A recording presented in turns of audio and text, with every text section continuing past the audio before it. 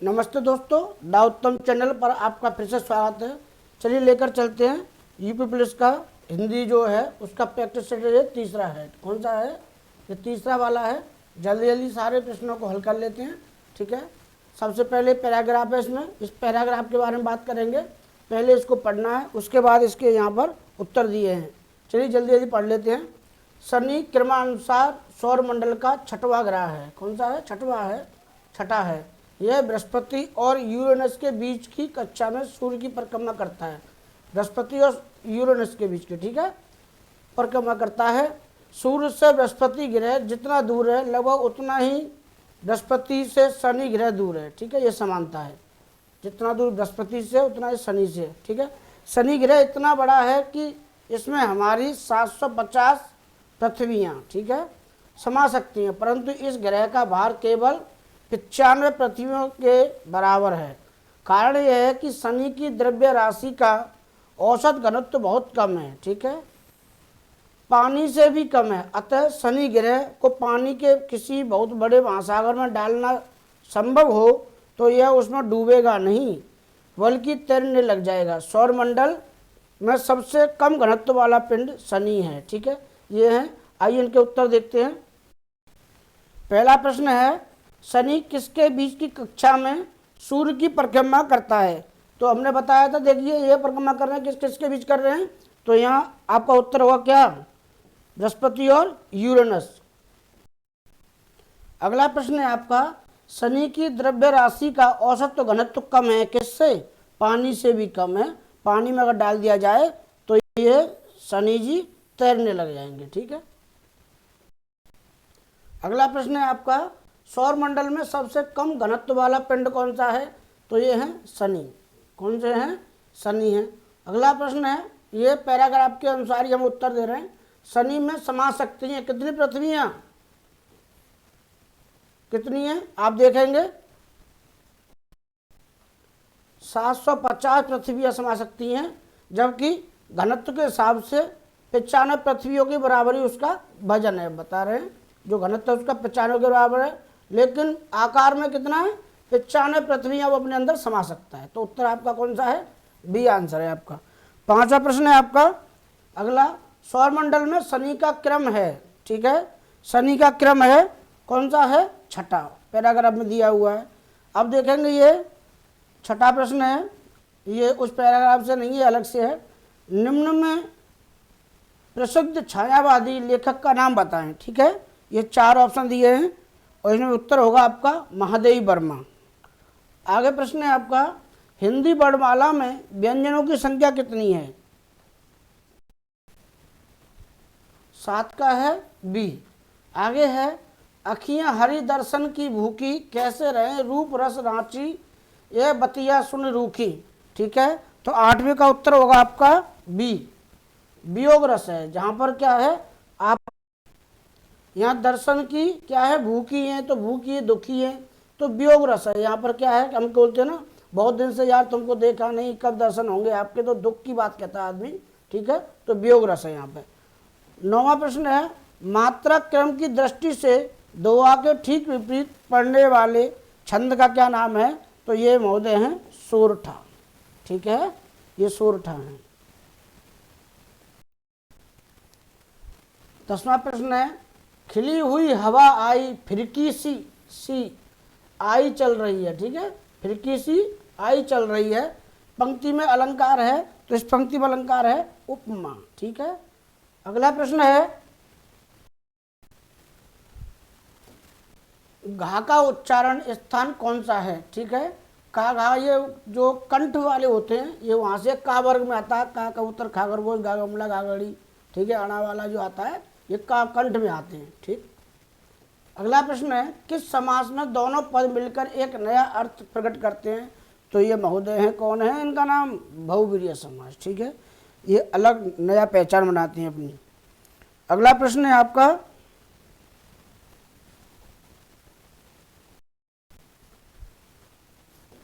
कौन सी ध्वनि अल्पप्राण है? कौन सी ध्वनि अल्पप्राण है? 13वें का उत्तर होगा ता, ठीक है। महाप्राण और अल्पप्राण 2 प्रकार की ध्वनि होती हैं। इनको समझने के लिए जो महाप्राण ध्वनियाँ होती हैं वो पहले और दूसरे पर आती हैं, ठीक है। जो महाप्राण ध्वनियाँ होती हैं वह दूसरे और चौथे पर आती हैं, ठीक है। इनको क्या कहा जाता है? महाप्राण, महाप्राण ध्वनियाँ कहा जाता है, ठीक है। और जो पहले, तीसरे और पांचवें पर जो आता है, पहला, तीसरा, पांचवें पर आता है, उनको कहा जाता है क्या? अल्प प्राण, ठीक है। याद रखना, अल्प प्राण कहा जाता है। ऐसे ही ता वर्ग का हम देखेंगे तो ता तकली, थाथन, दा दवा, दा धनुष, नांडल। तो ता किस पे आ रहा है? पहले पर। तो पहले पर क्या है?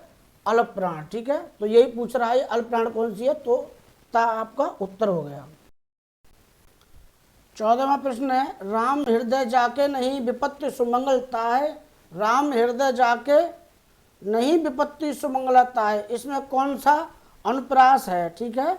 इसमें अलंकार पूछ रहा है, तो ये है, सॉरी, लाटा अनुप्रास है। कौन सा है? इसमें लाटा अनुप्रास है। आगे चलते हैं। 15वां प्रश्न है आपका, निम्नलिखित में से कौन सादृश्य मूलक अलंकार नहीं है, ठीक है। सादृश्य मूलक अलंकार नहीं है। 15वें का उत्तर है आपका विशेषोक्ति, विशेषोक्ति। इसी के साथ मैं आपको एक बात बता दूं कि आप जब इन चीज़ों को पढ़ते हो, देखो ये लिखा हुआ है शब्द, इनकी शुद्ध वर्तनी को भी आप देखा करो, क्योंकि पेपर में कभी कभी क्या है, शुद्ध वर्तनी भी आती है, तो यहाँ से वो आपके क्लियर हो सकते हैं, ठीक है। देखो उपमा ऐसे लिखा जाता है, उत्प्रेक्षा ये कभी कभी आ जाता है, तो शुद्ध कैसे लिखा जाता है? ऐसे लिखा जाता है। ये विशेषोक्ति है। तो यहाँ से आपकी दो चीज़ क्लियर होंगी, एक तो पेपर दे रहे हो, दूसरा शब्दों का चयन जो है सटीकता से कैसे किया जाए वो भी हो जाएगा। अगला प्रश्न है आपका, रीत काल को श्रृंगार काल की संज्ञा किसने दी थी? तो ये थे विश्वनाथ प्रसाद मिश्र, ठीक है। कौन थे? विश्वनाथ प्रसाद मिश्र। अगला प्रश्न है, निम्न में से कौन सी दिनकर की रचना नहीं है, ठीक है। 17वां आपका मृगनयनी, ठीक है। ये मृगनयनी इनकी रचना नहीं है, क्योंकि मृगनयनी वृंदावन लाल वर्मा की रचना है, जिसमें ग्वालियर के महाराजा मानसिंह मृगनयनी के प्रणय रोमांस का चित्रण है, ठीक है। ये ग्वालियर के राजा हैं, उनके बारे में वृंदावन लाल वर्मा जी की ये रचना है। 18वां प्रश्न है, तिरंगा शब्द में समास है। तो तिरंगा शब्द क्या है? इसमें संख्या की बात की जा रही है, तो सिंपल सी बात है, आपका उत्तर क्या होगा? द्विगु समास होगा। द्वंद्व, जहाँ बाप बेटा छोटा बड़ा चीज आती है वहाँ द्वंद्व होता है। अव्ययी भाव समास जहाँ होता है, जहाँ आ की ध्वनि आती है, जैसे आ जन्म, ठीक है, ऐसे यथासंभव, ये सारी चीजें वही भाव में आती हैं। कर्म धारण में विशेषण वाली चीजें आती है, जो विशेषता होती है, महान आत्मा, ठीक है, ये इसमें आएगा। तो आपका उत्तर क्या हो गया? द्विगु समास हो गया। 19वां प्रश्न है, किस पंक्ति में अपनोन्नति अलंकार है, ठीक है। तो 19वां जो प्रश्न है उसका उत्तर होगा आपका डी, यह चंद्र नहीं मुख है। अगला प्रश्न है, गधा का तत्सम रूप क्या है? तो क्या हो जाएगा? गर्दभ। क्या हो जाएगा? गर्दभ हो जाएगा। 20 का आपको हो जाएगा डी। हालांकि ये दोनों स्पेलिंग एक जैसी है, यहाँ शायद माँ होगा, इसलिए उत्तर में नहीं दिया गया है, तो आपका गर्दभ होगा। अगला प्रश्न है 21वां, अलंकेश पर्यायवाची शब्द है, अलंकेश, ठीक है। तो अलंकन मीन्स होता है एक दूसरे को चूमना, चूमना जो होता है। तो जो प्रेम की जो बात करते हैं सबसे ज़्यादा वो कुबेर महाराज हैं, ठीक है, यही है, ठीक है। 21वां जो प्रश्न है आपका सी हो जाएगा। रति के जो पति हैं कुबेर जी, नहीं, ये धन दौलत वाले हैं। अलंकेश मीन्स होता है धन दौलत, ठीक है। पर्यायी शब्द क्या है? ये वो उनका तो दूसरा नाम था, तो कुबेर हो जाएगा। उत्तर इसका कुबेर है, ठीक है। वाक्य के अशुद्ध वाक्य मतलब त्रुटिपूर्ण भाग का चयन कीजिए, यदि कोई त्रुटि ना हो तो भाग को डी चयनित कीजिए। अब यहाँ आपको क्या है, इसका मिलान करना है, ठीक है। क्या बोल रहे हैं ये? तो ये कह रहे हैं धन को व्यर्थ बेकार में सहायता देकर कोई लाभ न होगा, ठीक है। धनवान को व्यर्थ बेकार में सहायता देकर कोई लाभ ना होगा। तो देखिए व्यर्थ भी है और बेकार भी है, या तो एक ही चीज आएगी यहाँ पर। तो 22 का उत्तर क्या होगा आपका, यहाँ पर गलती है, सो बेकार में, ठीक है। तो बी जो उत्तर है आपका वो सही हो जाएगा। अगला प्रश्न है, जिसके पास कुछ नहीं वो है अकिंचन, ठीक है। प्रश्न है आपका, निम्नलिखित पद में कौन सा पद है वह यह प्रत्यय लगाने से बनता है या बना है, ठीक है। तो ये कौन सा है, खवैया बना है। कौन सा बना है, खवैया बना है। अगला प्रश्न है आपका, पितृ प्लस अनुमति का सही संधि पद है, ठीक है। 25वां उत्तर है आपका पितृ अनुमति। 26वां प्रश्न है आपका, देख लीजिएगा आप। 26वां है आपका, वर्तिका का तद्भव क्या होगा। वर्तिका का बत्ती होता है या बाती होता है। 26वां होगा बाती, वर्तिका का बाती, ठीक है। 27वां प्रश्न है आपका, 27 का उत्तर होगा आपका सी, ठीक है। आप मिलाएंगे तो आपका उत्तर आ जाएगा सी।